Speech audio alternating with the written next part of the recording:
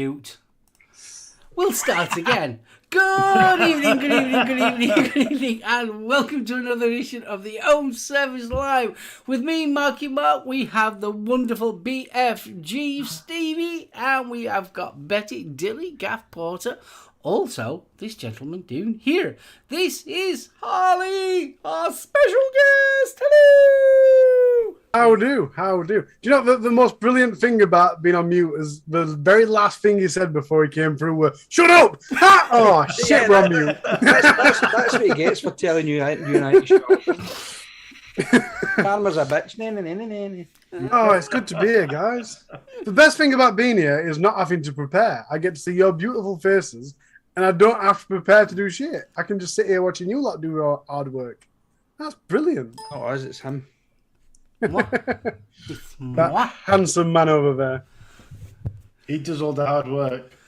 Good evening, everybody. How are we all? All right. Oh, that was Bloody a bit delayed. You're waiting. For fuck's sake, somebody answer that question. Please answer my question. Dead space. Yeah, well, all right. A bit of a rush to try and get back from work tonight, but yeah, absolutely fantasticals. I think both of you two have been in a bit of a rush to get back. Oh, yes. Yes, and prep for tonight, for there was much to prep. Harley, you bastard. I do but more of that later. No, that new channel's brilliant. Thank you very kindly, sir. Yes, really we will enjoyed be that. talking about that, and we'll be talking all about the crimes, murder.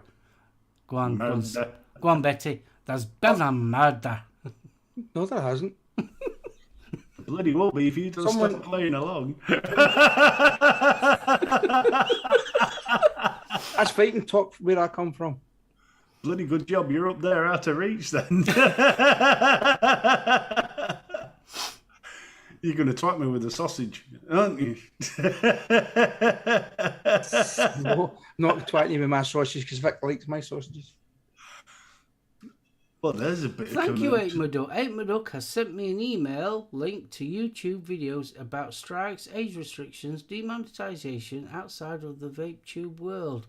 Worth a watch of 10 mil sub channel bitching about YouTube. I will be definitely watching that.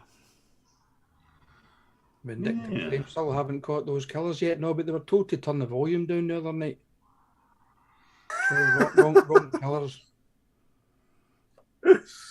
Yeah, I do want to say that there's one or two people that have said something to me in chat. So I just want to quickly say that although I am subscribed to this channel, it's saying I can't comment because I'm not subscribed. So I'm not being rude, people in chat. YouTube won't let me comment. Don't demonetize the channel. It weren't slagging YouTube off. I was just saying it won't let me comment. So sorry in chat. You can't comment. This is subscriber mode only, and obviously we've been a new channel. I didn't realize I weren't subscribed, so I've subscribed, and it still says subscribers mode if you're only. subscribed, you've got to wait 20 minutes. Oh, well, I'll reply to you all in 20 minutes. There'll be 20 minutes where I go quiet and just reply to So them. what we're saying, Harley, is we've got you on as a special guest, and you're not even subscribed to my channel. Yeah. Fuck him off. Boo. Eject button, boss. No, I'm subscribed now. Yeah. There's only 3 channels I'm subscribed to, and all 3 of them are mine off this account. So technically, you're the first channel I've subscribed to. Yeah, technically. See? All right, I'll unsubscribe after the show. So fuck it. Yeah. Well, it's what most people do anyway. They say something in chat and then they'll subscribe. I say. So, Hi. Betty, how are you? A bit rusty. Because we've had nothing but fucking rain up here. Well, according to the weather forecast, you lot have been having it nicer than we have. No, we haven't. Lying bastards. It's been shirt off weather. Taps off. Yeah, taps off. Nah, it's not been that. No, well, I said it wasn't too bad like at the weekend there, but start of the week middle of the week it started to change, and we're supposed to have pretty dire weather right through to next week. So, well, you lot are getting the end of that tropical storm from America, aren't you? Mark, we get the end of some fucker's tropical storm 365 days a year. It's Well, just this the is true, temperature, yeah. the rain changes and the fucking angle that it comes in at. In the summertime, it's nearly vertical. Wintertime, it's horizontal.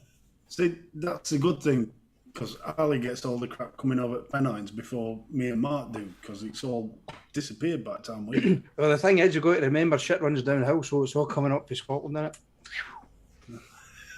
Harley's building a boat. Mr. Miller, you will find out who Harley is very, very shortly. Who's Hartley? What's up? People don't know who he is. You don't know who he is. Oh, devil! Who is this ruffian from Derbyshire? He's a ragamuffin. Unfortunately for you, you will find out during the show. You will And his find out. wallet's at least 20 quid lighter. Now he's on here, so. He up my duck. The joints are a bit fucked because I got my second leg brace fitted yesterday, so I've been wanting a bit like John Vane shit himself. That and the fact his butt to stand outside Debenhams with a little plastic dog all weekend. I'm being homeless. Yeah, I got the second leg brace fitted yesterday, and the girl that did it, it's the first time she's fitted these leg braces. And she says, right, how do you adjust it? She says, well, put it on, tighten it up, don't adjust bugger all. She says, right, okay. She says, then what do I do? I said, well, it's normally, she turns it in about 2.5. So she turned it in 2.5 full fucking turns. I was walking as if I had rickets. I was like, fucking like that. She says, can you not walk proper? She says, no, because my leg's bending the other fucking way it's supposed to. She says, oh, better learn. I says, you're only supposed to do it basically half a turn. She had 2.5 full turns. For fuck's sake. Do you have to carry around one of them little oil cans? Yeah. You know, the click, click, click, click. If I only had a heart. I'm actually going to get Grease nipples fitted. Well, when you think about it, we are them from Wizard of Oz, aren't we? So, like, we've got you're the lion. We've got Tin Man down there, and I'm definitely the Scarecrow. The Harley's Dorothy. Harley's Dorothy. That's right, I do look pretty good in a home. dress. There's no place like home. Have you not?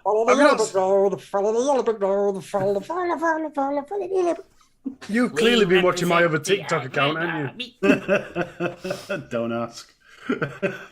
Half a chatter sitting there going, what the fuck's he been smoking? It won't be the first one. Bless. So, Steve, you're going to say hello to Yes. everyone? I am, because they've stopped typing the buggers and the list's getting shorter. Mr. Stone, good evening, sir, and welcome. Thank you for joining us. Apathy Miller, good evening. Help me, Duck. Adam, how you doing, son? Hope you're well. Bill Richards, darling. Hello. Me. Billy, how you doing? Black Country Vapor, good evening, Stevie. Hope you're well. Hope Jasper's well. Hope Jasper's lovely. Yes. Of course, we were very, very drunk. Right. Tom W. Huggles, babe. Hope you're doing well. Come on, Harley. Huggles. Harley, Huggles. That's the first time I've ever done that. You'll all be doing it all tomorrow. You've just molested my girlfriend, do you mind, sir? Don't slap him. Right. Faxi M's, good evening, sir. Taxi! Safe. Fee, darling. Huggles. Harley, come on. Huggles. Gaily Bops. Huggles. Huggles, come on. John Vaping Joker, good evening, sir. Orion's Braces, Alan. Hope you're well, dude. UK Andy, legend. Good evening, sir, and welcome. And the Queen of Vavavoom, Vapor Bunny. Honk, honk. Huggles. Vapor Queen Becky, good evening. Huggles! And Vindictive Flame, good evening, sir.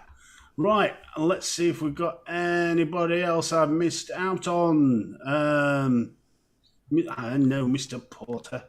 Good evening, sir. Faxiems, Apathy. I think we're pretty much... No, we're not. Pasty. Darling, I caught you. I hope you're well. Huge huggles. Good evening, Dawn. And yeah, I think we're good, dudes. All right, dude. Ah, dude. They're dead, Dave. They're all dead. Free Rider Vapor, good evening. Paul Schofield, dude. Sorry, Paul.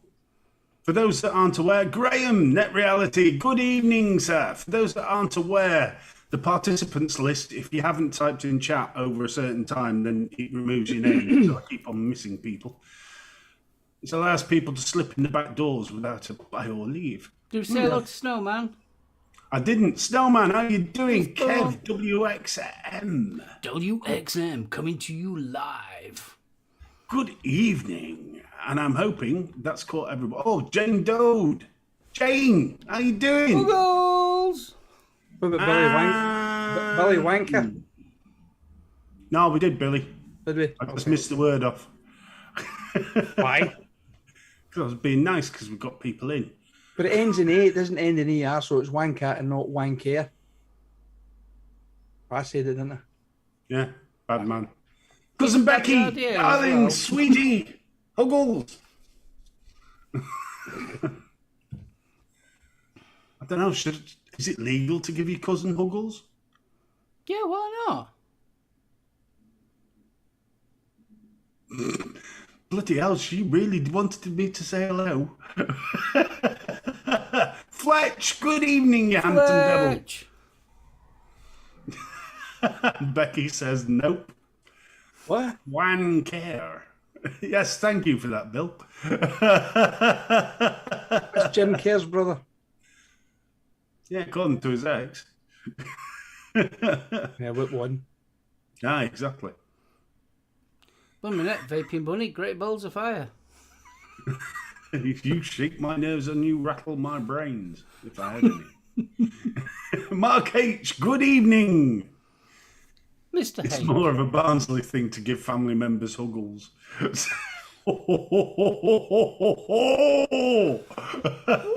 I say. At least he didn't say what. Right. Well, for those that aren't aware, Harley's not a new face, bless him. 3 Men in a Vape Show. He's on there. I'm not a new face, but I do want to point out Betty earlier said I've got a very nice. Well, he didn't say very nice to be fair. He did. But I've He got did a say it baby's was face. very nice. Yeah, he's got a lovely flesh. Fucking fresh, complete. See, I've still got the same teeth in from last week. They just ain't working. My face is all flesh. Yeah, mine too. I think I've got another half a dozen peoples as well. Yes, I was just commenting that Harley's face looked very, very fresh. Very smooth. Smooth. I actually look like I've got lipstick on as well. Yeah, I Yeah, do. you do. It's worrying. I am, I promise. Yeah, says you. We've heard about you buggers from Derbyshire. You can't call it the barn now.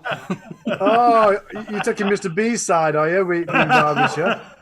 For anyone that don't know who I am a Yorkshireman through and through. I just so happen to live in Derbyshire these days.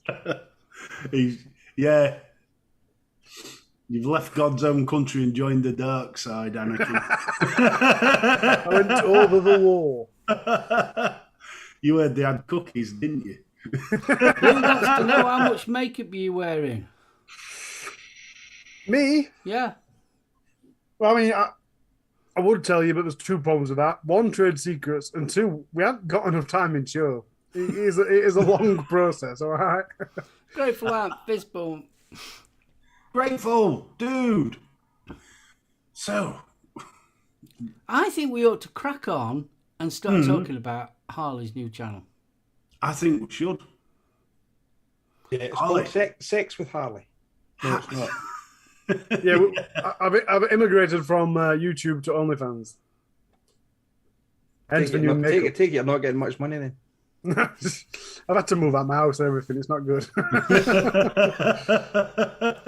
So, Mr. Harley, I'm going to dive straight in. You originally came on the scene as a vape reviewer. I did Then indeed. you vape, no? did a little bit of, should we say, technical reviews with little bits and pieces. Vape Mill transformed into Let's Nerd It, which is still up. It's still got all the vape reviews on. But I wanted to do more techie kind of things. I think the last video I published was making a teleprompter out of nothing other than a picture frame and a bit of tape. And that channel's still up. I do plan to do more with it. The only problem is trying to find things that aren't being done, because I don't want to be these channels that constantly make the same thing as everyone else. So that's pretty much dead in water while I think of new ideas and I crack on with the I found future. that one that you did with the telephone, your mobile phone with the signal. I thought that was quite interesting with that. The Faraday bag, or Faraday material. The thing is with that, as I think I say it in the video, there's shitloads of Faraday bags online that you can buy. And if anyone doesn't know what a Faraday bag is, it blocks all signal.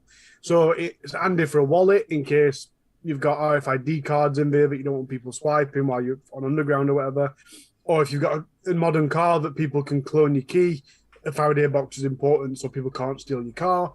Or if you're a paranoid conspiracist, you might want it so whoever can't be tracking you constantly. Because even these days, smartphones, even when they're turned off, are still sending out GPS locations and other things. So people that don't want to be known use Faraday material for that. But when you look online, be it Etsy or eBay or Amazon, there's good reviews, and then there's reviews that are 1 star and say, I tried it, it didn't work. So I thought, well, the cheapest way to test it is to buy some Faraday material, and then I can play about with it. And the material, I think, were quite cheap, and it did work really well. Yeah, we watched the video. It was quite interesting. So you've moved on there. You've got your new crime channel. So what brought that all on? I miss this really. She's never ever watched any of my shows. She doesn't watch Three Men in a Vape Show. She won't be watching this, and it's always bummed me out a bit. And obviously, moving on to Let's Nerd It, I fell out with vape reviewing. I'm not going to get into it because I don't want to slag the industry off. But I just got a bit bored with it. Everything became a bit samey, and I just lost the passion that I used to have for it. So and my content was suffering as well because of that. So I changed into Let's Nerd It. And more, I don't know what it were. There were just a few things at the time that were making me think I want to do that. So it's not necessarily a crime channel per se. It's more of a story channel. I've just finished writing the next video. It's not next week's video because that's still going to be a crime one. But I've done an extra one, which is stranger than fiction, where it's stuff that you just wouldn't believe happened if someone told you. So it's more of a story channel, but it is very much centered around that cold case, murder mystery type stuff. Well, your first video was set, 1750, 59 around then? Yeah, it's mid 1700s.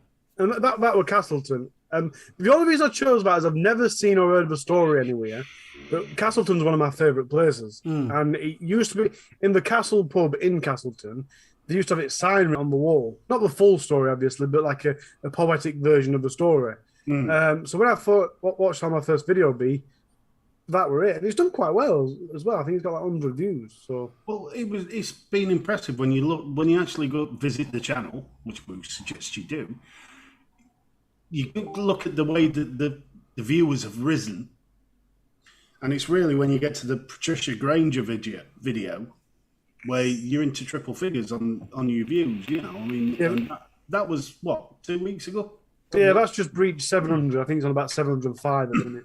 The Patricia one, someone asked me to do it, and it rained quite heavy on me because I actually contacted the guy who, a very loose version of the story is his mum got killed when he was 5. He knew she was dead but didn't know much about it. When he became about 13-ish, he learned more about it. When he became 16, he started a website called whokilledmymom.com. This when he was 16 is now about 29. and he's still looking for this killer. So it was quite hard for me because I contacted him because I wanted to make sure all the information were correct and whatever else. And he was quite obliging. He was a bit held back because he didn't want it to be someone just trying to make money or trying to make a video on it. And then when we got after I'd published it and he saw what I'd done, he was like, "That he's so nice." And we got into a massive conversation about it, and it rained in quite heavy on me. I got far too intimate with the story in my head. And it's not about the details of what happened to her. It's just more of, I think, we were talking to him and stuff. So I fell back. And I have had to take a step back. And the only other thing I'll take a step back on is child stories.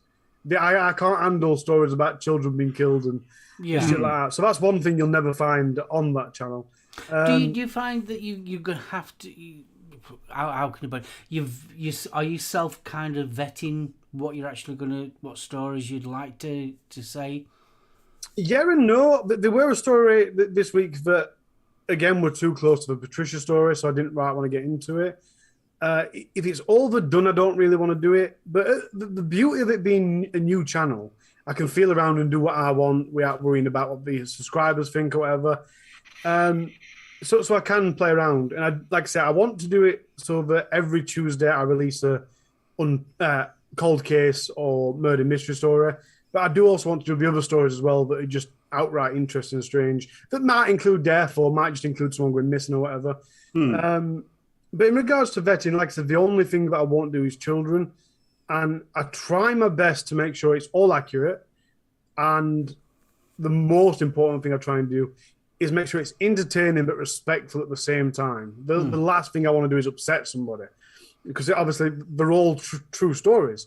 I mean, if your mum had been murdered, the last thing you want to do is go on YouTube and find some knobheads being really light-hearted about the situation, you know what I mean? But at the same point, you don't want to be watching it and this guy's been too held back and too concerned that he's too scared to say out, if you know what I mean. Yeah.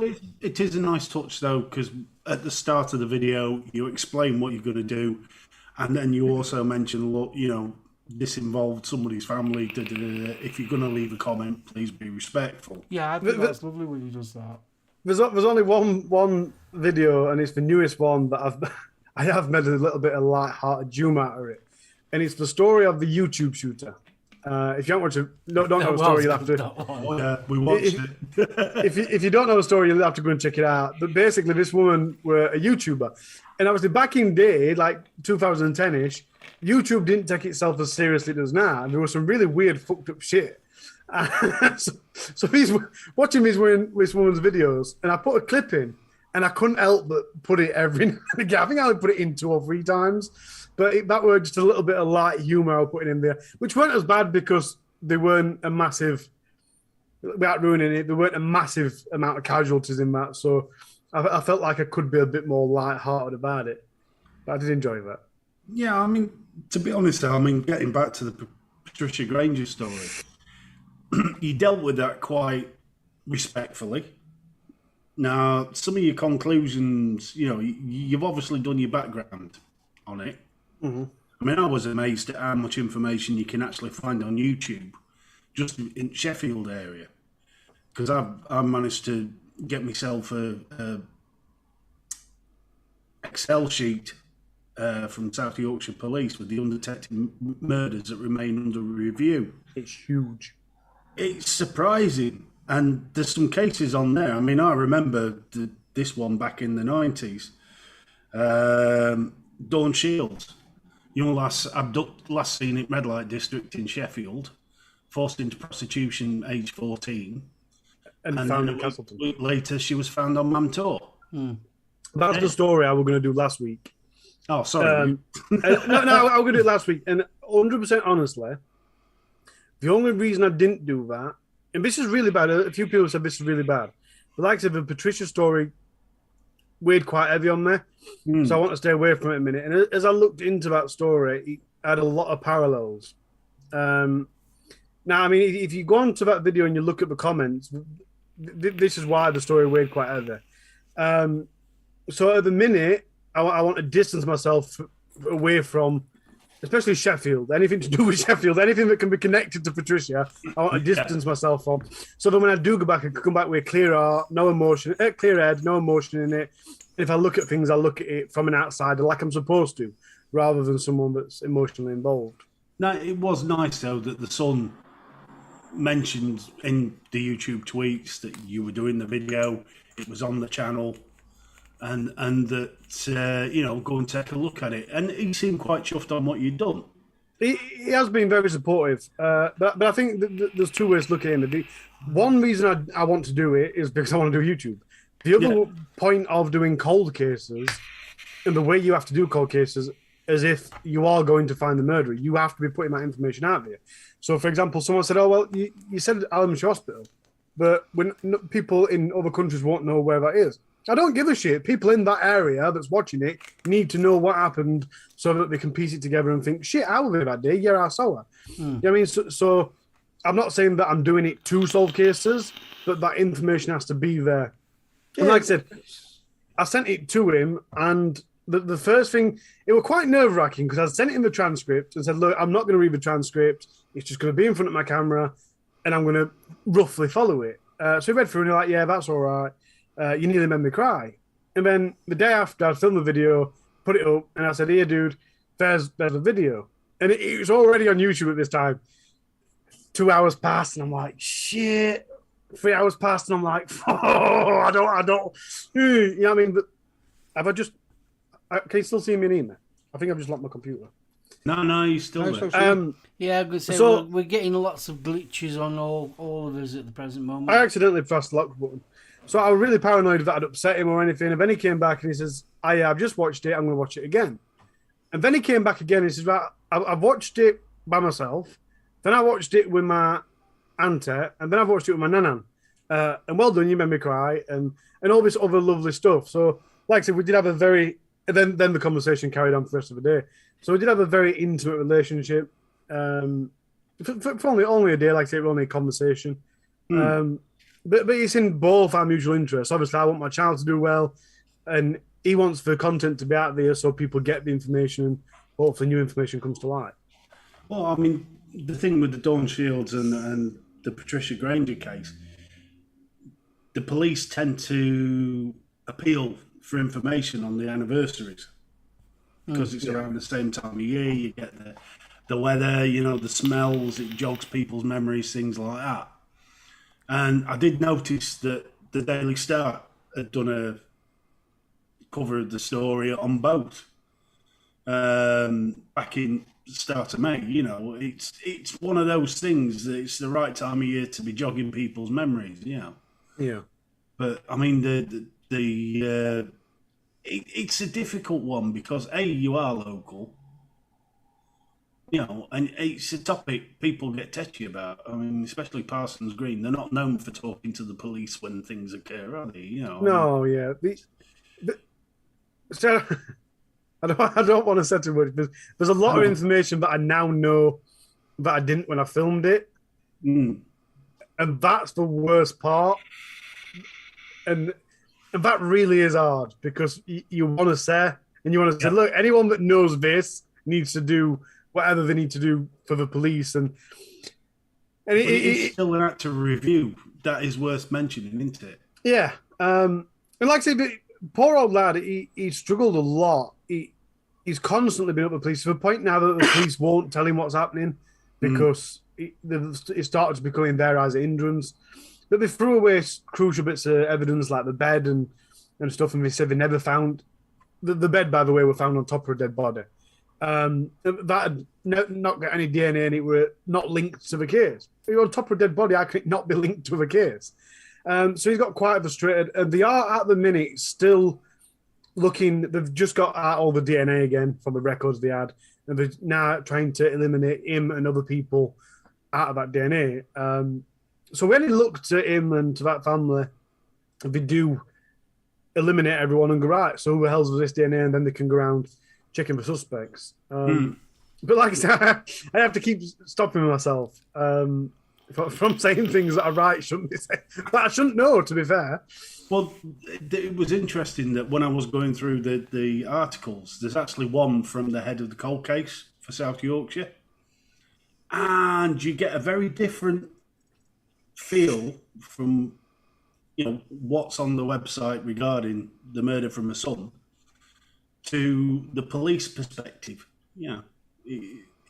They're very much, this is still an active case. We're going to get these people through DNA and all the rest of it. And yet, there's little bits like they threw away. Yeah. A lot of the clothing, etc. It was sent for testing and it's never been seen since. So, interesting thing, you have just said, one end where I kept thinking you'd stopped when you carried on, and I thought you'd stopped when you carried on. The very interesting thing is what you've just said about how many cold cases there are in South Yorkshire. Now, obviously, this is proportionate. It's not necessarily counted as counter. But one of the others I've done is Anne Heron. And in County Durham, she is the only cold case outstanding since 1950. In Sheffield and South Yorkshire, there is in loads. But then when you look at the actual crimes of South Yorkshire and Sheffield, it's something like they have a 24% success rate of closing any case. So obviously that includes someone nicking someone's phone or whatnot. But it's 24%. To put that in perspective, there were one of the years were, 44,000 cases reported and 35,000 got just got disregarded. Never all happened with him. And then when you look at it like that and you lift that veil of living a normal life, you think, shit, a lot of crime happens and not much gets done about it. You know what I mean? It's like I say, a lot of them cases will have been petty things like someone nicked my snowman's nose or whatever. Well, there's 26 unsolved murders on this sheet. There's one undetected manslaughter. And there are 4 cases that have been shut down. And these stretch back to 1962.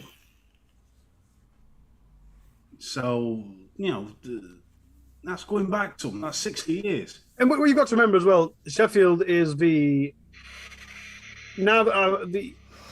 gone down list a bit. I think they're the 7th largest city now in the UK. So it's a big city. It's not as if, it's a little city that's got all these cold cases. It is a big city, so obviously there's a lot of crime that comes with it and stuff. But like I say, it's still strange. The only thing you can hope is as time goes on and we get more advanced in technology, everyone's got Ring doorbell cameras, which, don't get me wrong, I'm against. I am massively against the surveillance system. But hopefully, with all that technology in place and the DNA testing... Well, I mean, DNA testing less and less come cold on leaps cases. and bounds now, isn't it? Especially on cold cases. Oh, yeah. This is it. And let's be fair to Sheffield here.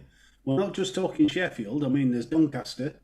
They do mention in the list for cold case murders, and it's the whole South Yorkshire area, which covers a fair chunk. Yeah, it does indeed. I mean, there is a big interest in crime. Obviously, you've got Dexter and the likes of CSI. It's one of those subjects that just fascinates people. Now, I mean, obviously, I've got a link to it. I've worked in prison service and, forensic side of. And I think the thing that strikes you most is, you see these Hollywood blockbusters and the murderer is always a bit weird. Norman Bates, Ed Gein, Son of Sam. They're all portrayed as obviously crazy. It's not always the case, though. Yeah, definitely. Fred West came across as a bit strange, but didn't come across as that sort of gardener. You know what I mean? It's. I mean, you got a lot of them. They're cold and calculating. They know exactly what they're doing. Yeah, it's not the ways you say the way the Hollywood and that portrays them. There's something flipped up there. Obviously, there's got to be something wrong up there to a certain extent that causes them to do what they actually do. But when you actually read some of these or watch some of them, just what Harley's doing, you actually take a step back and you see yourself, Jesus, they must have sat and thought that out for God knows how long before they actually started to commit the crimes that they've done. The thing is, though, with a lot of murders, it's a crime of passion. It's literally a second. The ones I'm aware of, there's very little planning, and the ones where there is planning, they tend to be multiple victims. The Another massive misconception is people always think serial killers had a rough childhood, they weren't loved much by their parents. And there's quite a lot of serial killers that actually go, no, my childhood was great, middle class, family loved me to bits, not wrong with my childhood. And you go, so what's his problem? Where did he go wrong? You know, it's weird. There is a lot of cases of abuse and things within sort of murderers, and you know, but as you say, anybody can do it. Another scary thing as well that didn't cross my mind before I started doing it, and then it did after I started doing it, especially when you're doing local ones. Especially when you're doing recent local ones. Yeah, what if I accidentally fingered the geezer that did it? Yeah. I mean, last thing you want is, if I were a single man, I wouldn't like give a shit, but I've got a family, you know what I mean? And last thing you want to do is upset someone and come home one day and life's not how it's supposed to be anymore. Yeah. And that didn't cross my mind until after I'd done it. And I just thought, you know, I've got a very much punk attitude. English punk, not American punk. so I'm not stopping doing what I want to do just because of someone else. And I've talked about it with Steph, and Steph says, no, don't worry about it. But that'll never happen. And she pretty much agrees of, you can't not do it. Look at how many other people are doing it. It's not just going to be you. Don't be daft. And it is a bit far-fetched, but it does make you a little bit paranoid. What if this guy that did this, watching this now, and it's like, that guy's got to go. You know what I mean? It's your brain goes, oh, shit. All of a sudden, you start looking at people different. Before, when someone gave me a dirty look as he walked past, I was like, yeah, it's me. Fuck off. Now I'm like, is that him? Did he do it? Yeah, just watch in case you get an influx of people coming tapping your door asking if you want a patio built. Yeah. I hope you're going to hell for that one. Jack the Ripper didn't do it though. He's got an alibi for being at a party at Pizza Express. So the question I've got to ask you, how do you pick the ones that you're going to do? Well, what is that Harley thing that sparks your imagination to actually do that case? What instead of another case? Well, I don't know. I've only done a couple of videos. First one was the Castleton one, and I've already explained it's just because I love Castleton and I knew of the story. The next one, that one with the Anne Heron one, and that I was just looking online, and it caught my eye, and I thought that looks interesting, so I did it. The next one with Patricia, and that was suggested to me. Where did we go after Patricia? The next one was the YouTube killer, weren't it? Yeah. No, it was the Cam Girl, yeah. Yeah. And the Cam Girl and the YouTube killer were just because I realised that I needed to do cases that were already known for people to come across the videos. And what I don't want to do is do all the ones that everyone knows, but completely don't want to do that. But I had to chuck a few in. So I just picked two off someone else's channel. I didn't watch their video, but I just picked two off someone else's channel, and when them two will do, I'll research them and put them on. The next one, again, I pretty much just type in cold cases or murder stories, flick through a list. Generally UK, if I'm picking a story on my own, it's not been suggested and it's not a popular one. It's generally a UK one. And I flick through a list, randomly stop roughly about the time period I wanted it, look through, and then try and find a story that's interesting, one will catch my eye. Then I'll start researching it without making any notes, flick through, and then if it looks like it's got enough content to it, what you don't want is a story that hasn't got any content, and you go, Sue got stabbed, it was Bill that did it. So next week, you know what I mean? So there has to be a bit of content in it. It has to be engaging for the viewers. And it has to be, it sounds bad to say, but it has to be someone that's got a family or someone that wants to be found in. Because if it's, like I say, if it's a story of an homeless guy, there's not going to be much information about it because no one's going to be there to give information about it. And then there's not going to be much follow-up because no one's pushing for a follow-up. So if you've got someone like Anne Heron, for example, that was a murder mystery, the murder's never been caught. She was sunbathing, her husband came home, and he found her. She's got a family, there's allegations being flown about, which then makes it a little bit more hard as well because you have to find out what's fact from what's just allegations or what's local rumours. But yeah, it's basically I flick down a list, find the time period I'm looking for, which I don't really go specific. I kind of think, do I want some at 50s, 60s, or do I want some at 70s, 80s, 90s? And then So how, how do you define the fact finding part of it? Obviously, like you said, sort of like between rumours and what is, hard cold facts. How do you go through that process? well, to be fair, I don't want to be contacting all families, so that makes it a lot harder. And even if you did, then you're going to get the family side of events. So it's generally just cross-checking information, and you'll quite often find that when you look at one story and another story, you get the Chinese whispers coming on. The Mirror says this, and then the Sun says something slightly different but still same. Then Star says something slightly different but still same, and you think that if I can't clarify it, if I can't get backup information from the police or from something the family said, then it just gets put out. If I'm not 100% certain that that's accurate information, it gets discarded. And if I do include it, it'll be along the lines of apparently this happened, or obviously the entire point of it being a cold case or a murder mystery is the word mystery. A lot of it is going to be unknown, especially from someone that lives 60 miles away that's never heard of that person before. So it's more of a point of separating what could be true and what is true type thing. Also, a serious question I want to ask as well. Later on, obviously, as your channel does grow, will you be including the hair loss advert and the rangefinders game? Probably. I do. The way I see it, because I've also got a podcast as well. The podcast's got, I think it's 12 people that are following it, which is quite interesting because I've never pushed a podcast, so that's quite nice to see. But I can monetize that, and I can monetize a YouTube. And the way I see it is when it comes, and it will, because I am pushing for it, is I will monetize it to a point where I don't have to work as hard. Because I'm self-employed, so I work as much as I want. I attend the shop every day, but if I want to push for work or if I don't want to push for work, it's my decision. If I want to spend all day and back making content, I will. But obviously, when I've got no other source of income, I have to push for a bit more. So at the minute, I'm restricted to one video a week. This week, I'm trying to push out 2, but I'm generally limited to 1. If you pull in another source of income, then I'm able to do 2 or whatever else.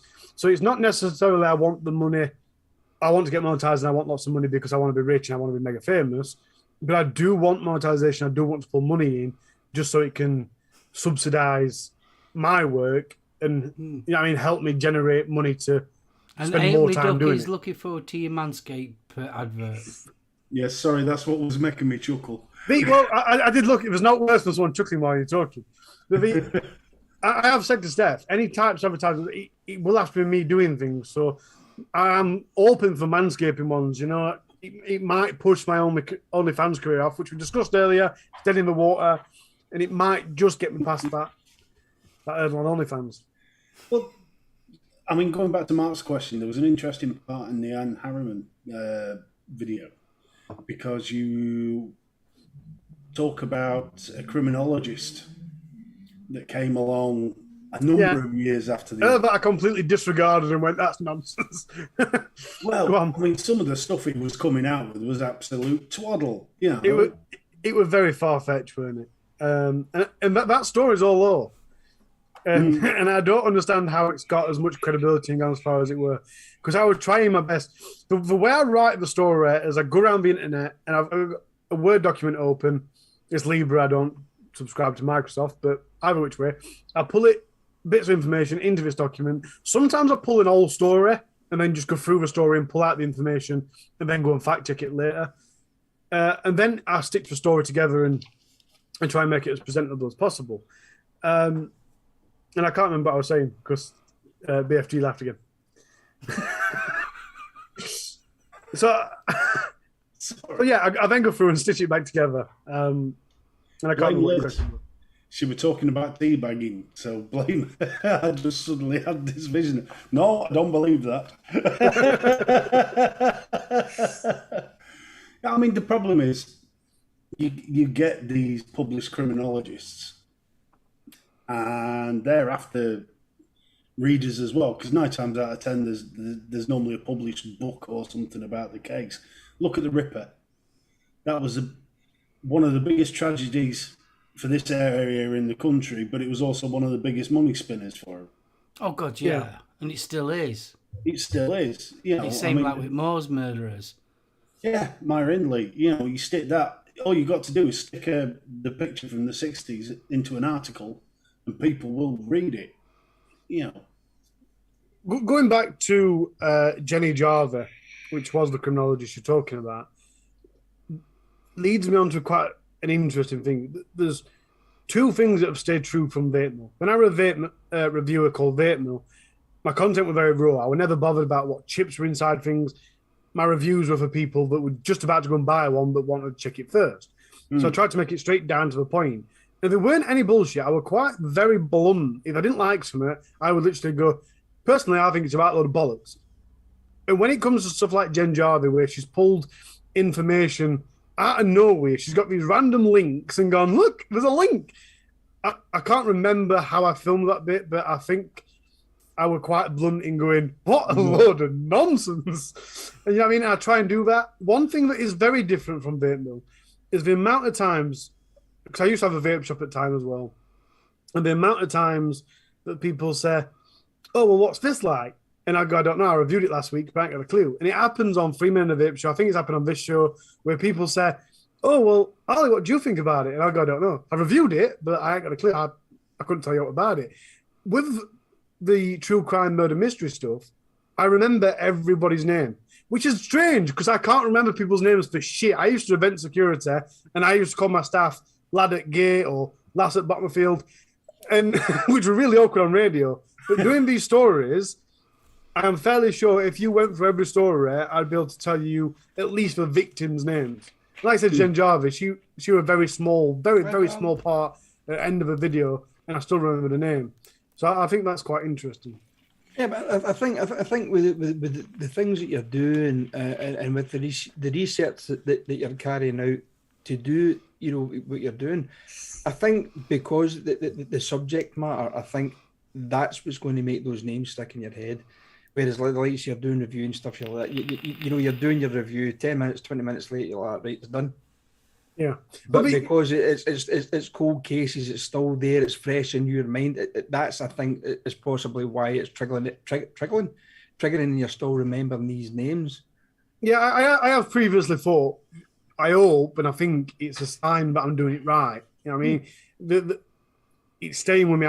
It shows that I'm learning it. It shows that I'm getting it, which is good. I do need to, as well, what stayed with my vape videos is my vape reviews were very jittery. There'd be a cut every 5 seconds from where I've had to look at the next piece of information. And if you watch the first video on All I'm Saying Is, that's pretty much the same. And as of now, I'm going to start, obviously I write the story, but I'm going to have to start reading it 3 or 4 times to get it more fresh into my head. Because I've also found that most of the time it's nerves that stop me. Instead of just telling the story and checking my notes, I'm trying to go off my notes. So it'll come with, but I do think, without sounding vain or anything, but my content, in the space of the 5 videos I've done, I think it's come along leaps and bounds. I think it came to in the first 3. And after Mark said, SoulOhm said at the expo about the other people to watch and take inspiration from how they do the video side of things, I've started trying to do that as well. But like I say, I ain't got much time. So that is my biggest focus point at the minute, of being able to become more fluent at quickly editing. Obviously not quickly, I don't want it to take me half an hour, but at the minute it takes me about 6 hours plus to do the video editing. Because let's face it, you're telling a story, but you also need that visual aid as well, whereas obviously they use B-rolls and things like that. So you've got to incorporate. So I bet there's a hell of a lot of editing going off. Yeah, it isn't. I mean, like I say, it's getting to it. It's not so much for transitions. It's the thing that I struggle with the most is on stories like Anne Heron, for example. It's quite hard to get enough pictures. So you can't just have a constant slideshow of pictures in front of you or behind you. But then you get to story. The B-roll, it's quite hard to pick what B-roll would be inappropriate, you know what I mean? He walked in and pulled his gun out. Would it then be appropriate to have a B-roll of somebody walking into a building and pulling something out of the pocket. You know what I mean? I'm finding that very hard to gauge of what's appropriate and what's not. And if I don't know, I just leave it at. You know what I mean? Like I say, I'm not one to hold back, but at the same point, I don't want to offend anybody. So it's more of I'll hold back until I get a bit more comfortable, and then I'll push for boundaries a bit more. But I am struggling with that a little bit. I think when you're doing stuff like this, you've got to take into account you don't want to offend people. You know, I particularly enjoyed, again, last night's video where Agdam, the YouTube shooter, because you close on the fact that, look, violence just ain't the answer. You know, there's other ways of solving these problems, and it very rarely comes down to your fist. Yeah, I had quite a big spiel at the end of that one compared to the other ones. And it was purely because the YouTube shooter is portrayed everywhere to be this woman that were all right, and then YouTube demonetized the channel, so she went batshit crazy. And the truth is that she weren't. There were a lot of pent-up things coming, and you could just see her, as you were reading through the transcript, you could see her slowly getting more and more confined into this little bubble where she's getting angry at the world. And then there's a final straw. So I went on a bit of rant at that. And I also think it's a massive shame. And that sounds so bad to say something about a woman that tried to kill lots of people. But it is. She was very passionate. She was very active. She had all these videos that were getting a good following. She had 60,000 Instagram followers, 1 million YouTube views, pushing what she wanted to push in her activism. And then she went and fucking did the YouTube shoot. All this content gone. The only bit of content that arose that survives is people taking piss out of her. And you go, well, you could have gone on to do something. She started a non-profit company and then dissolved it a month later. Why didn't you put all her anger into that? When it's like what you were saying, when she started her YouTube channel, it was at the infancy of it. And YouTube was a totally different place. Yeah. Totally. I mean, nowadays YouTube is blooming HD refined and everything. Whereas back then it was a total different kettle of fish, YouTube. Well, Wild West, weren't it, basically? Videos. If you wanted to find it, it was on there. I mean, I watched quite a few YouTube like investigators, you know, like the dark web and all that kind of stuff, and conspiracies on old Reddit threads and things like that. I find that quite interesting. And people do forget how Wild West YouTube originally was. Literally anything went. Because I didn't focus on it as much in the video as I wanted to, but if you look at all the cringy videos that you see on places like RudeTube, where he's going, I'm a snake, and all that shit that were just, what are you doing? But piss funny. That came from that era, and that is what YouTube was. And like I said in the video, and like I said during the show, we didn't take ourselves as seriously then, and people literally did anything to get them views. As now you try and be on that. Everyone's first video, they're trying to be as professional as possible as if they're on BBC. Back then, they didn't care. They put a green screen behind them and did some weird shit. I can remember watching YouTube's policy didn't care as much either. I can remember watching a video as a teenager on how to tell if people are lying. And this guy started it with a 3-minute video. Of a 2-minute, he was talking bollocks. And then he went, right, so this is the easiest way to tell if people are lying. And then he walked up to his bed and lied down. And then started laughing. You don't get that. That was the brilliance of the internet's infancy, and you don't get it anymore. Which, in one side of things, is a good thing. On the other side of things, it's a real shame because that side of the internet used to be a really good laugh. Well, I mean, TikTok. Look at some of the videos on there. It's mirroring the early years of YouTube. You know, there was a lot of lip syncing. There were various bits and pieces. I mean, Gordon Bennett, the copyright strikes. Early YouTube could have started. Oh gosh, yeah. And then there was the weird ones as well, weird animation and things like that used to be on YouTube. But it were fab. I used to love all that kind of stuff. I would think, Billy, it's very much like any industry, including the vape industry. In its very early infancy, we were getting RTA. I've heard Mark talk about this before, getting RDAs, drilling holes inside to make the airflow bigger so you can get more cloud, doing different things with just single wrap Kenful wires, see if we get more cloud and stuff. And it was that, this is new, what can we do with it? What sort of magic can we perform with it? And obviously with vapes, you're a little bit limited, but when it comes to YouTube, right, what can we do? How can we, what magic can we make happen? And then TikTok, again, it's a complete, although it seems like the same thing, it's a completely different kettle of fish. So people are going, right, we've got a minute to make something. What can we do? How can we make that larger? How can we grab people's attention in 3 seconds? You know what I mean? And it's just that, Steve Jobs said it about when he got fired from Apple. It's that brilliant starting again where creativity just absolutely waves in. And it were a really good time. And it is for TikTok. I've started a TikTok, by the way, for all I'm saying is. And I hate it. I've always hated TikTok. Always. And I've now found myself flicking through. You go on it just to see how many views your new videos had. And then half an hour later, you think, shit, I'm still flicking through it. What happened? I can't stand that because it's all crap. All crap. There's some of them, I know I'm going on a rant. There's some TikTokers that spend loads of time doing the makeup and stuff or spend loads of time making really good content. But 99% of it is people just mouthing what someone else has recorded. You're going, why am I flicking through this crap?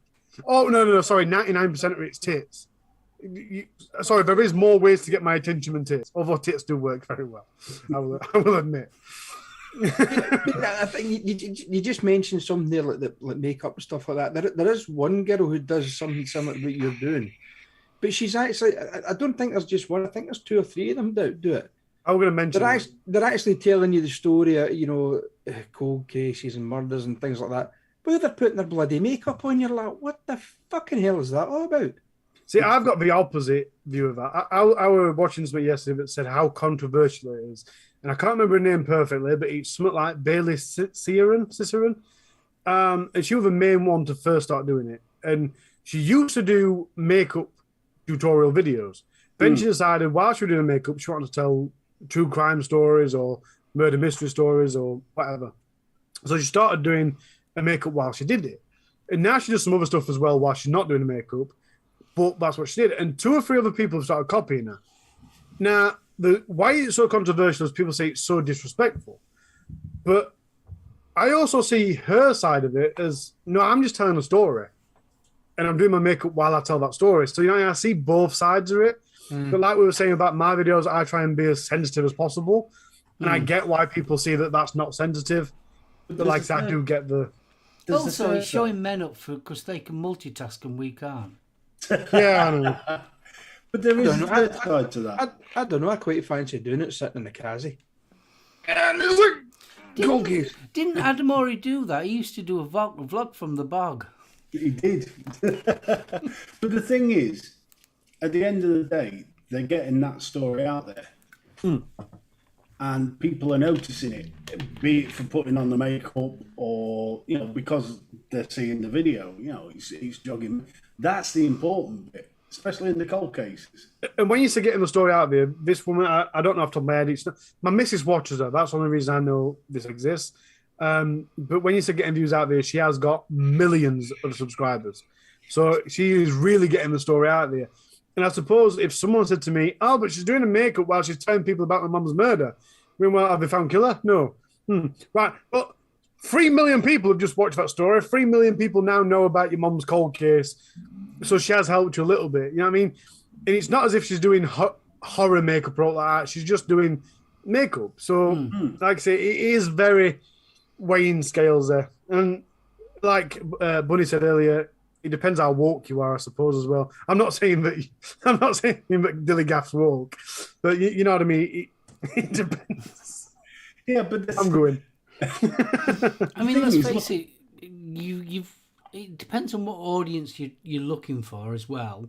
And it's so like in such a mass media as YouTube is.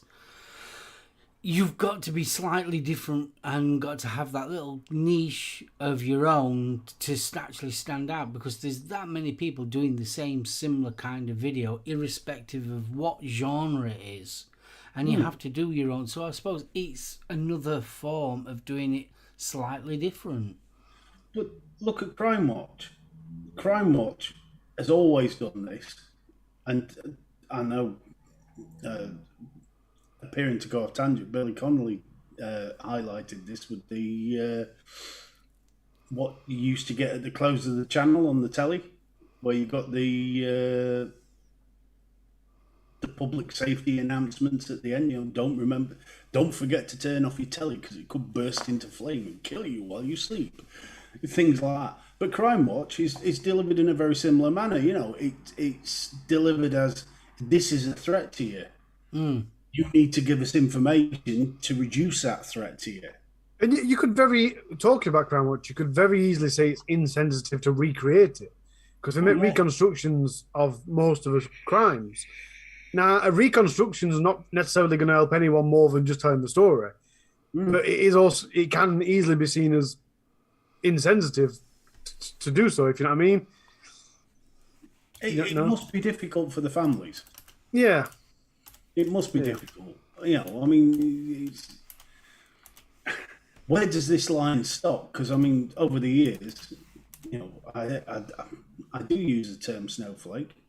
People seem to get offended and upset with the slightest thing these days. You know, there is that run through society of that. So at what point do you turn around and say, oh, whoa, hold on, this is a must? You know? Yeah. I mean, I don't know. It's like I was saying to Harley right at the beginning, why'd you pick this case over that case?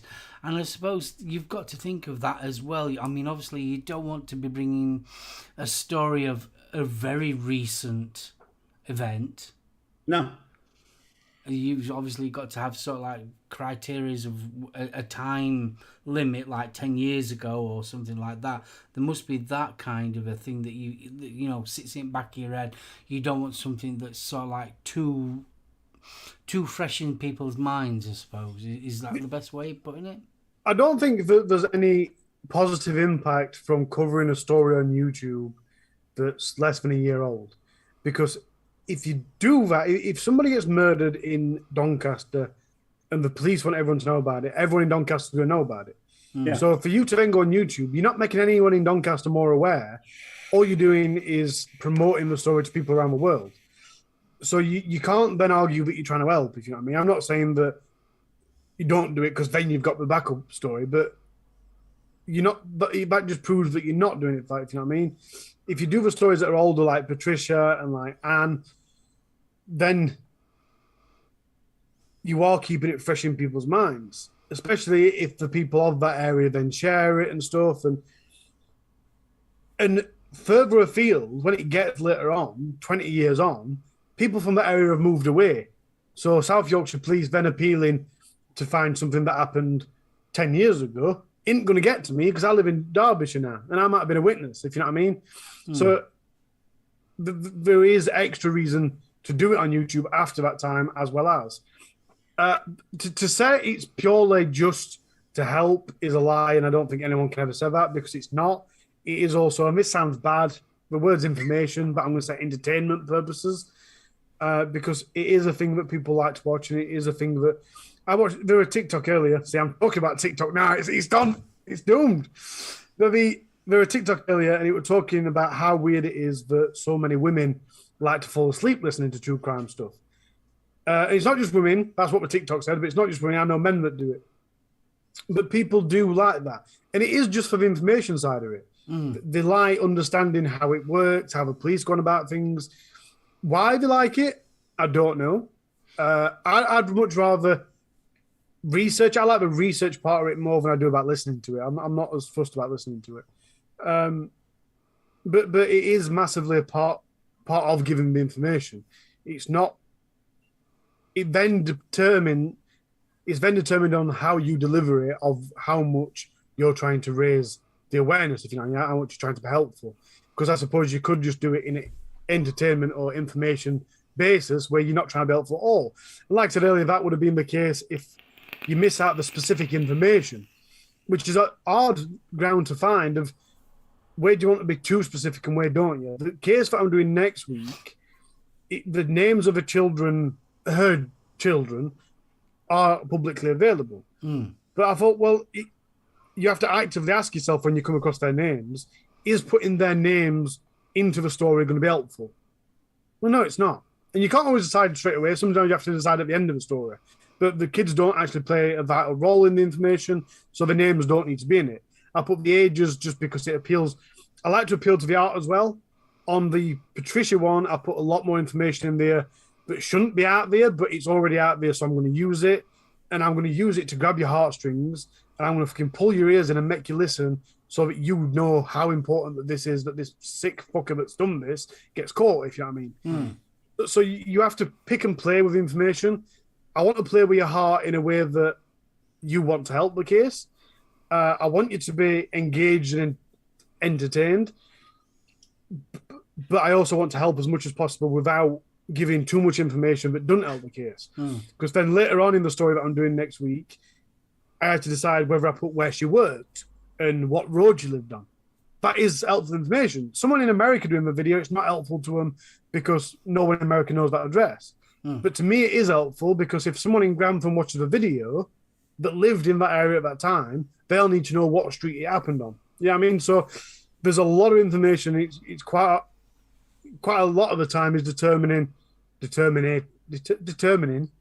whether it's information that's helpful, useful, or it's just outright privacy invasion. If you know what I mean. So obviously, besides your cold cases that you're doing, you said that you was going to be doing other stories. What other stories are you going to be covering? So I've just wrote 3 stories. But it's going to be a 3-story video. Probably, I'm aiming for 20 minutes to half an hour, but I'm not that good at timing my videos yet. The problem is you have to do a few before you know how many pages is how many minutes. So I'm slowly getting to grips on it. It's 5 pages long, so I think it's going to be 20 to 30 minutes. It's 3 stories, and they are stories.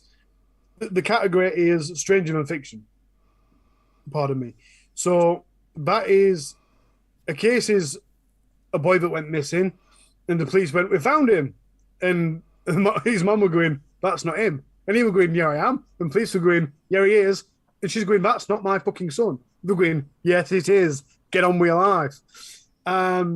Then there's one about a woman that went bungee jumping.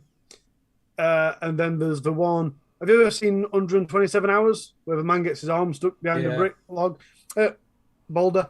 That's the 3rd story. So there's going to be as many as I can put out of them, but it won't be weekly because I ain't got the time to do weekly. And as well as I want to do conspiracies. But a big problem with doing conspiracies is I've been into conspiracies 27 now, so we're talking 15 years.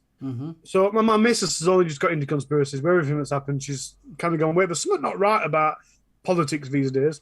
So she's got into that. And I'm sat there going, well, I already understand the conspiracies. I know what conspiracies come up because I've been doing it for 15 years.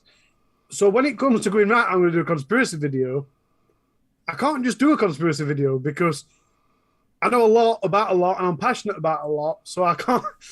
So to try and condense that down without going off tangent and make it a 30-minute video is quite hard to do. And I don't want to do stuff that everyone knows about, like the New World Order, because all the videos get removed anyway. All the videos that were up in the late noughties aren't up now. So I don't want to do all this.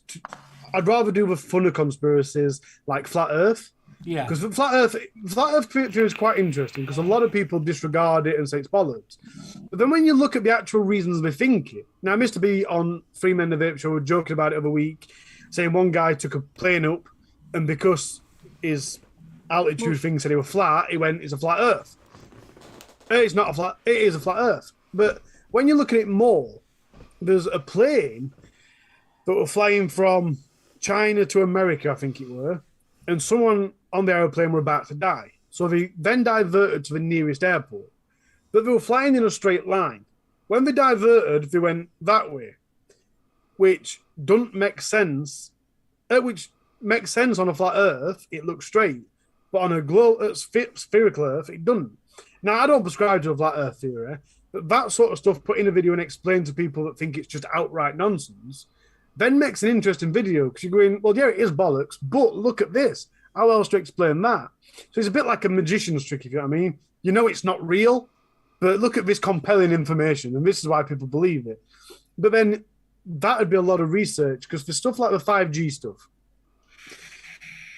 when COVID started, I did a debunking video on the conspiracy theories around coronavirus, and the 5G video were quite interesting because someone had published a documentary on 5G. Now, a lot of conspiracy videos that are telling you it is definitely fact do some really interesting techniques. They'll come in really fast and hard and tell you some facts.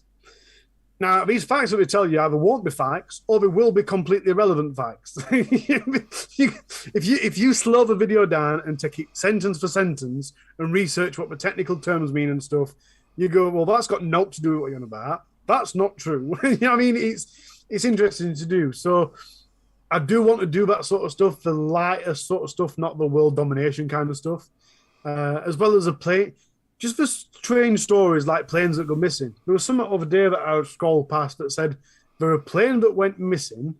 All the families had received compensation for the lives and stuff. And then like 20 years later, this plane arrived and everyone landed and everyone was safe. I don't know if that's true. I didn't look it up. But that sort of story is what I want on my channel. However, every channel needs a foundation to grow its followers. So I'm going to try and make it so Tuesday is always true crime or murder mystery cold case type stuff. And then all the other stuff will come whenever I can fit it in. And like I said, as time goes on, if I do get monetized and I earn £100 a month, for example, then it'll become a regular 2 types of videos a week. But the murder mystery stuff stays. So short answer, what you're asking is strange but true types of stories that really did happen but sound unrealistic. And then maybe the conspiracy videos as well. The conspiracy videos are very unlikely. So it sounds like that you've got it well mapped out, your channel then. I don't have alt mapped out. If you ask Aidan, he'll tell you I am very... I can't think of very what? Chaotic. I am very chaotic. I'm very... I can't think of a word. Where I just decide. I did the 54-hour live stream, and that I decided 2 nights before, laid in bed at 1 o'clock in the morning, that I was going to do. Impulsive, that's the word. So I just jot about and decide I'm going to do things. So at this, I am putting my foot down. I'm saying the channel will stay in no matter what. If I'm 50-year-old with 100 subscribers, so be it. And on Tuesdays will always be murder mystery / cold cases. It might change at some point in the future if it doesn't fit the schedule, but there will always be one video a week for murder mysteries, true cases, and we'll fit in whatever else when we can. So I've got one final big question. Why the name? Question. All I'm saying is because when people comment and tag me in it, all I'm saying is, yeah, I completely agree. It just works. Look, that impulsive thing, I wanted it because I didn't want it to be true crime, so solely just true crime. I wanted it to be true stories as well that weren't necessarily a crime. So I didn't want to refine myself. The problem I had with vape mills, I wanted to do other stuff, but I was called Vape Mill. I expected to do vape stuff. So with this, I wanted a name that was a bit looser. And all I'm saying is just made sense. And I hadn't done it yet. I think I've done it in one video. Pardon me. I'm going to try and add more things at the end where I can say. All I'm saying is this person was crazy. You know what I mean? I want to add a tagline at the end of all I'm saying is. And I also want to make the videos a bit more fun, be it a random fact to close the video off or something like that. Just a nice little nitbit to finish the video off, you know what I mean? There's a lot of work to be done to make the channel better. But I've got to say as well, I am incredibly impressed with how it's grown. I know BFG said it earlier, but like I say, it's been 3 weeks. Tuesday just gone, so it's been 3 weeks and 2 days. I've got 63 subscribers, 123 hours of watch time, and over 1,200 views. And although I'm still in that honeymoon phase where I'm refreshing the analytics button every 5 seconds to see if it's gone up, have I got any more views? Have I got any more subscribers? And I am very impatient with it at the minute because I'm in the honeymoon phase. But I do then sit back every now and again and go, that's impressive. I've given myself, in all honesty, I've given myself 50 weeks to make 1,000 subscribers. And purely that's because I think you have to have targets for things. If you're doing fundraising, no matter what you're doing, you have to set some sort of target to work towards. And with Vape Mill, the big problem here is on Vape, when I got my subscribers, I was very good at getting Instagram followers, and I got, I think, like 3,000, 4,000 in the first month of being on Instagram. And then I went through, I found out how many people I could message an hour before Instagram pinged me a spam. And then I went through and messaged every single one of them and said, please come and join me on YouTube. So within 9 months, I got 1,000 subscribers. And I thought, well, there's more people that watch true crime than there is vape stuff. So I think a year's a good ambition. And I kind of, if I went 50 weeks, it'd be 20 subscribers a week, which this week I achieved. Every week so far I've achieved. It's third week, I've got 63 subscribers. So I am on target. Obviously, if I do better, it'll be better. But I just kind of went, it's a decent target to set for, so I will. Awesome. Very proud of myself. Well, I think we're rapidly reaching that point. We are rapidly reaching that point. My God, boy, you can talk. Yeah.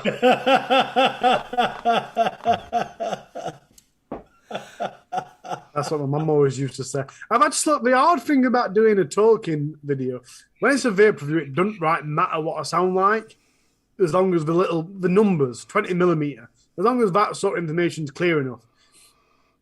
I don't know how it's come across in this video, but my dad used to say I speak in broadband.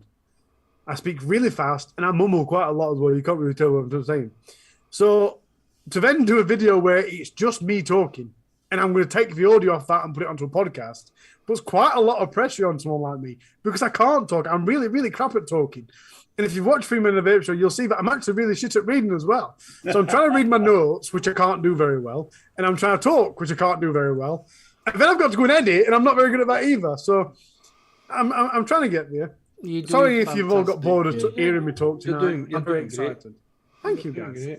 It does mean a lot. It genuinely The does. Yorkshire transcript that kills me. Every now and again, there's just a little bit of Yorkshire slips in. Do you know, for Vape Mill, I always wanted to do an extra video of me going through my videos and looking at the auto Subtitle thing. auto subtitles, because when we having cue. the subtitles, because obviously, for those of you that don't know, YouTube automatically listen to what you've said and try and make a subtitle thing. But because my accent's so broad, and I do mumble every now and again, if I can't be bothered, I really start to talk a bit more like this, and it gets more mumbly. And if you look at my videos on Vape Mill, Now Let's Nerd It, do put the subtitles on, because it doesn't matter how good the video is, the subtitles are absolutely brilliant. YouTube has no idea what I'm saying. I could have been talking about alt tonight, and YouTube's like, yeah, that'll do. It's fine. I must admit, some of Vic's subtitles are worth a read. Oh yeah, they are definitely worth a watch. They are, the subtitles, especially with Vic. Right then, I think it's time to wrap this one up. I want to give Harley a big shout and say thank you. Betty, are you going to say your goodbyes, my friend? Yeah, thanks everybody for joining us. Harley, thanks so much for coming on and giving people an insight into your new channel. Guys, if that's what tickles your fancy and you fancy subscribing to Harley, by all means, go and do it. Best of luck with the channel, mate. I hope it grows. And hopefully you'll throw a few Scottish cold cases in there. Yeah, definitely. I'm open to suggestions. People always think that means specific crimes, but I did see Fax earlier ask about Grimsby, so I'll put that on my list. And obviously Scotland, that has to be up at some point. Yeah, well, one of the most famous ones is, have a look at it, is the Bible John murders, and that was never ever solved, and that's going back to like the 60s. But anyway, thanks very much for joining us, mate. Steve, Mark, thanks very much. I think my video is a way to fuck here. I keep freezing because I'm watching it on the other screen there, and I think Steve's is the same. I don't know if we're losing free or what the hell is going on. But anyway, guys, join us next week for a slightly more different show next week, I think. And I'll hand over to Stephen. Thank you. Well, it's been a different one tonight. It's been bloody interesting, I'll give you that. And thank you, dear boy. I haven't done so much homework for a show in many, many a moon. Chat, sorry we didn't get quite as involved as we normally do. There has been some corkers there, and I was trying not to giggle whilst Ali was talking because it's incredibly rude. Thank you for joining us, dear boys. Thank you for those that have subscribed to Harley as well while we're in. That's been good for you. So, really appreciated. And thank you for joining us once more. We'll hopefully see you next week because we'll be here. We just hope you are. And I'll hand you over to the gaffer. I'll hand it over to this gentleman just down below me. Harley, do you want to say your goodbyes? See, it's weird because I'm above you on my video. I've always got to be above you. It's an egotistical thing. No, I'm joking. I didn't put myself here. Chat, you've been absolutely delightful. Thank you for sticking with us through this. I know I have waffled on a bit. So thank you for listening to me. Yeah, it's been a great show. I do love this show. I always have. And I just love Mark. No offense to BFG or Dilligaff. I love you guys too. But I just love Mark. Every time I see him, I've got to tell him how much I love him. He is so lovable. So yeah, thank you for anyone that has subscribed. Thank you for anyone that's going to subscribe. It does mean a lot. So thank you very much. Thanks for having me on, guys. It's been a cracking show. Thank you very much. Right, I will wrap this one. Guys, I do apologise. I don't know what's going off with YouTube. I've been checking while Harley's been talking. My side of things has been fine. I've had no buffering or whatsoever, but I have noticed that all of us have been freezing over the period of this show. It's been really bad. Don't know what, this must be a YouTube thing at the present moment. So I do apologise if the quality was not very good visually, but hopefully you heard us all right. Right, I'm going to wrap this one up. I want to give Harley a big thank you. Thank you so much, and I wish you all the success that you deserve on your new channel. It's fabulous. I thoroughly enjoy it. I love a good story. And I think one thing that I will take away with you do tell a good story. And it's lovely. I really do like it. Betty, BFG, love you guys. As always. You're my buddies. Guys in chat, thank you so much. You are awesome and we love you to bits. People on the replay, we love you too. So from myself and my good fellows here and our special guest Harley, we wish you a good night. Have a fantastic weekend and we'll see you all back here on Thursday 7:30, usual back channel. So everyone say bye-bye. Bye-bye. Bye.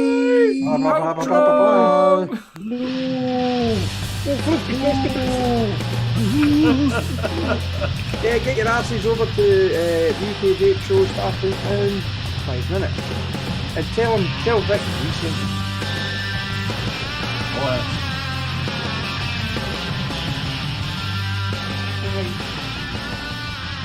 Hit the button, Mark. It's all gone quiet.